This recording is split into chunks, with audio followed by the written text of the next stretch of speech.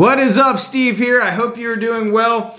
If you guys have not heard of Harry Dent, I've done a couple of videos pertaining to this guy. He does have some really good information. You know, you guys can check out his website, his blog, and I encourage you to do so because, again, you know, what I like to do is to get perspectives from a lot of different economists as well as research groups to get a good idea of where everybody's at in terms of where they think the markets are heading, and also see what kind of data that people are utilizing to come up with where they think housing is going to go as well. So I want to cover real quick one of his articles pertaining to his August article, and I'll just read this for you guys real quick, but it's very interesting.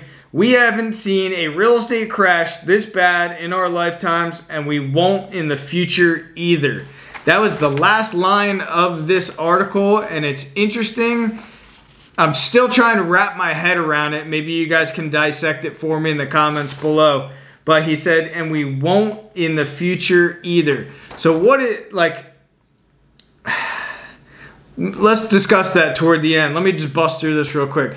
California leading home sales crash. California, New York, and Florida lead the housing bubble in the U.S., while Vancouver and Toronto lead in Canada. Yeah, their market is a mess up there as well. If we have any Canadians and you guys are in that area, please let us know what your thoughts are with the local real estate economy. I'd like to know. Today, I will focus on California, where home sales dropped 20.9% year over year in June, and condos dropping a whopping 27%. The worst in this first chart in Orange County and Southern California, down 36.1% for houses and 28.9% for condos.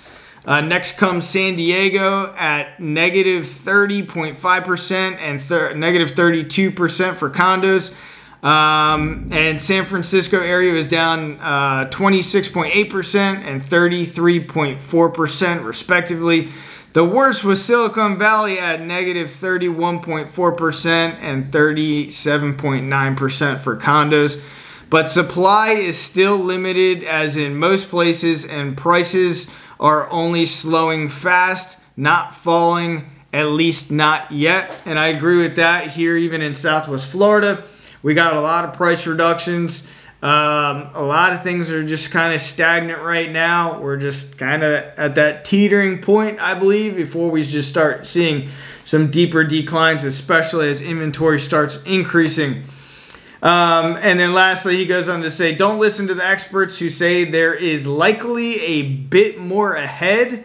There is a lot more ahead, as California will return to the late 2011 lows at a minimum, down 60% plus.